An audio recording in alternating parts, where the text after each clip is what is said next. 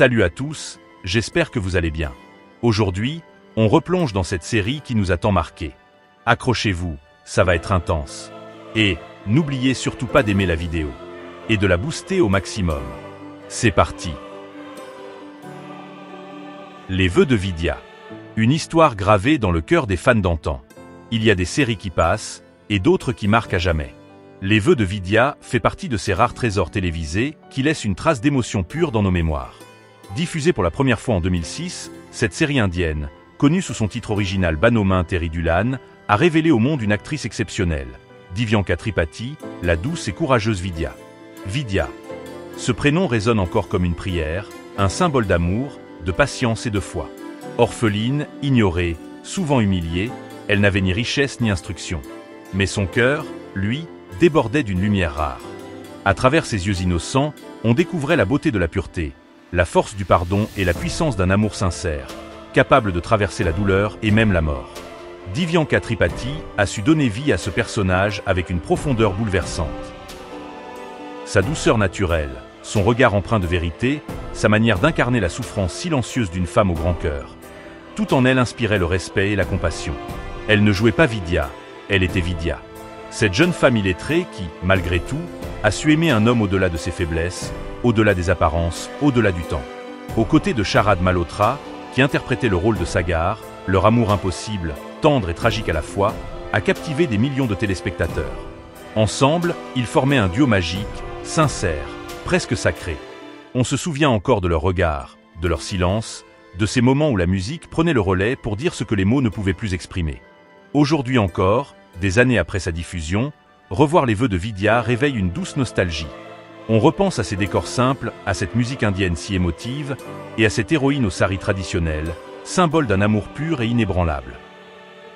La douceur de la télévision indienne. Il y a des visages qu'on n'oublie jamais. Ceux qui ont bercé nos soirées, ceux qui, dès le générique, nous font dire « Ah, elle, je l'adore ». Divyanka Tripathi Daya, c'est un peu ça. Une actrice qu'on a vue grandir à l'écran, passer de la jeune épouse timide dans les vœux de Vidya, à une femme forte, posée et pleine de grâce. Dans la vraie vie comme dans ses rôles. Des débuts simples à une étoile brillante. Elle est née le 14 décembre 1984 à Bhopal. En Inde, Divyanka n'a pas grandi dans les studios ou les projecteurs, mais dans une famille tout à fait normale. Son père est pharmacien, sa mère femme au foyer, et la petite Divyanka, déjà très sage, voulait devenir soldate. Oui, une vraie. Pas l'héroïne qui pleure au ralenti, mais celle qui tient un fusil. Elle a d'ailleurs suivi une formation de tireuse d'élite au Bhopal Rifle Academy. Donc si quelqu'un la cherche, mieux vaut rester poli. Mais le destin avait d'autres plans. Des caméras, pas des fusils. Après avoir remporté quelques concours de beauté, dont Miss Bhopal, elle tente sa chance à la télévision. Et là, boum. En 2006, le rôle de Vidya la propulse au sommet. L'Inde entière pleure, rit et rêve avec elle. La petite femme au sari blanc devient un symbole de douceur, de loyauté et d'amour pur. Et soyons honnêtes, combien de téléspectateurs ont pleuré devant ses yeux remplis de chagrin? Même les plus durs ont dû se cacher pour essuyer une larme. L'amour au-delà des écrans. Dans la vraie vie, Divyanka a aussi eu sa belle histoire d'amour. En 2016, elle épouse Vivek Daya, un autre acteur rencontré sur un tournage. Leur couple, discret et respectueux, fait partie des rares à inspirer confiance dans le monde du show-business indien. Pas de scandale, pas de drame. Juste deux personnes qui s'aiment et qui se soutiennent. Quand on les voit ensemble, on se dit « Voilà, ça, c'est un couple qui ressemble à une série indienne, mais sans les méchantes belles-mères. Une actrice respectée, une femme inspirante. » Après les vœux de Vidya, Divyanka ne s'est jamais arrêtée. Elle a joué dans de grandes séries comme Ye Ai Mohabbatin, où elle incarnait la célèbre docteure Ishita Bala. Ce rôle a confirmé son talent et lui a valu une avalanche de prix. Indian Television Academy Awards, Gold Awards, Indian Telly Awards, la liste est longue. Mais au-delà des trophées, ce qu'on retient surtout d'elle, c'est sa personnalité. Toujours polie, toujours humble, jamais une phrase de travers. À une époque où beaucoup cherchent à tout prix le buzz, Divyanka reste fidèle à elle-même. Elle préfère parler de respect, de famille, de simplicité. Et c'est sans doute ce qui fait d'elle une des femmes les plus aimées de la télé indienne. En 2025, Divyanka a 40 ans passés, mais elle ne les fait pas du tout. Toujours souriante, toujours élégante, elle continue à tourner, à présenter des émissions et à soutenir des causes sociales. Sur les réseaux, elle partage sa vie sans artifice. Un peu de yoga, des voyages, des photos avec Vivek et des moments simples à la maison. Elle dit souvent que la beauté ne réside pas dans le maquillage, mais dans la paix intérieure. Et on la croit sans problème. Quand on la voit aujourd'hui, on a l'impression de revoir Vidya, mais plus mûre, plus confiante, plus vraie. Elle n'est plus seulement une actrice de série. Elle est devenue une icône, une inspiration pour des millions de femmes indiennes qui veulent être fortes sans perdre leur douceur. Divyanka, c'est un peu la preuve que la gentillesse n'est pas un défaut. Qu'on peut réussir sans tricher, aimer sans bruit, et briller sans écraser les autres. Et quand on revoit les vœux de Vidya, on se dit, cette fille, avec son regard sincère et sa voix si calme, a marqué une génération. Elle nous a montré que le courage peut se cacher dans un sourire. Et franchement, même aujourd'hui, on aurait tous besoin d'une Vidya dans nos vies. Alors là, comment parler de Vidya en oubliant Sindora? Même prononcer son nom donne encore des frissons à ceux qui ont connu les vœux de Vidya. C'était la femme au regard tranchant, au sourire glacé, à la voix douce mais venimeuse. Une antagoniste comme on en fait peu, belle, élégante, intelligente et diaboliquement calculatrice. Dans chaque épisode, elle entrait dans la pièce avec ce petit air calme et pourtant, on savait qu'un malheur allait arriver. Quand le mal a un visage charismatique, Sindora n'était pas juste une méchante de plus dans une série indienne. Non, elle représentait cette part d'ombre que chacun de nous redoute. La jalousie, la soif de pouvoir, le refus de voir le bonheur des autres. Mais ce qui la rendait inoubliable, c'est qu'elle ne criait jamais. Pas de scènes hystériques. Juste un regard, un mot, un sourire, et Vidya tremblait. Et nous aussi.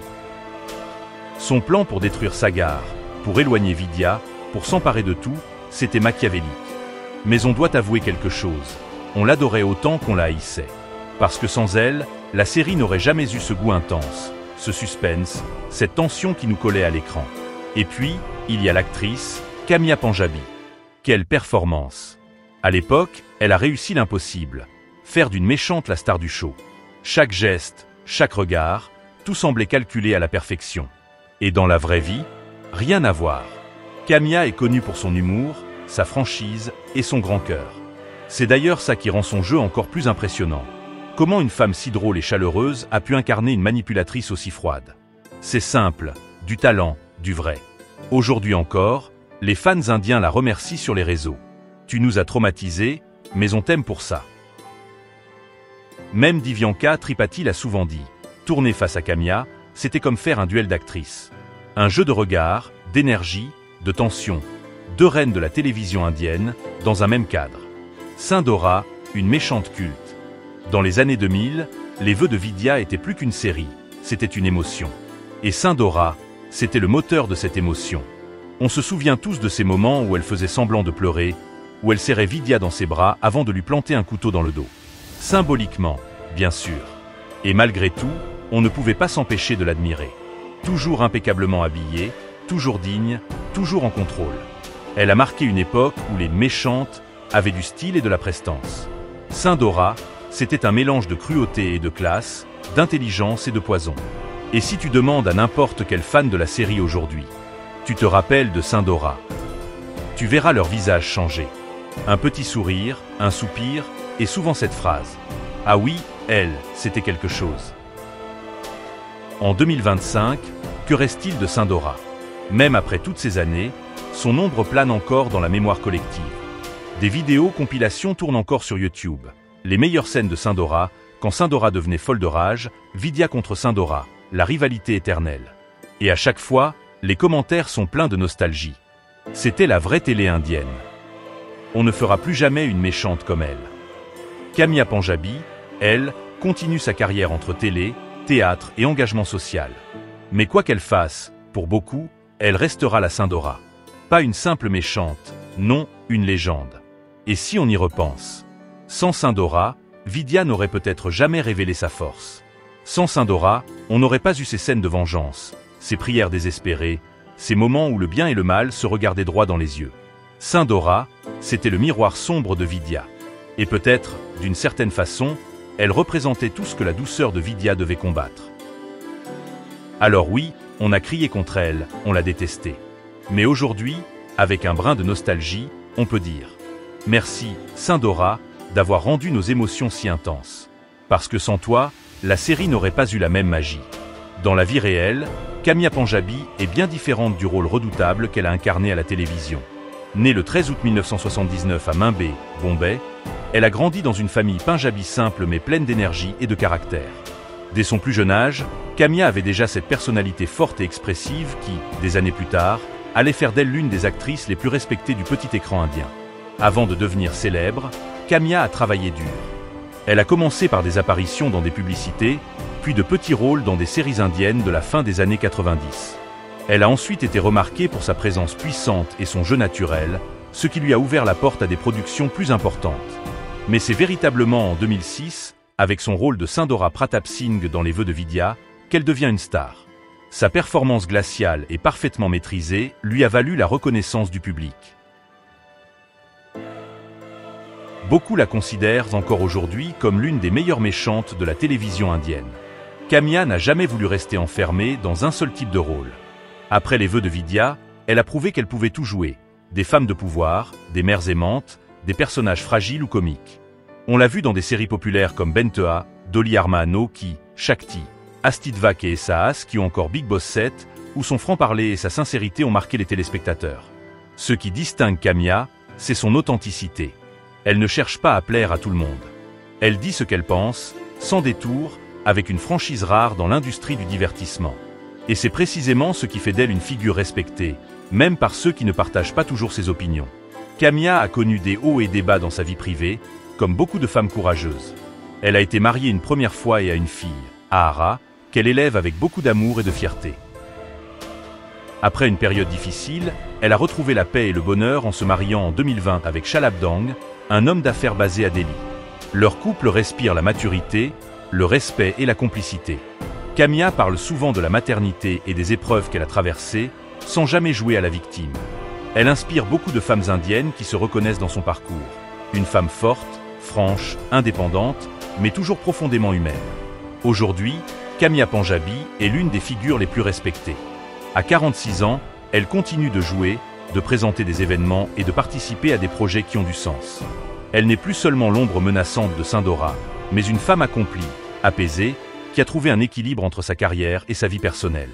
Et pourtant, même après toutes ces années, le public ne l'a jamais oubliée dans son rôle de Sindhora. Chaque fois qu'elle apparaît à l'écran, certains sourient en se souvenant de cette époque, de cette méchante élégante qui a marqué toute une génération. Derrière le personnage glacé de Sindhora se cache une femme profondément humaine, lucide, drôle et inspirante. Une preuve vivante que le talent ne s'imite pas.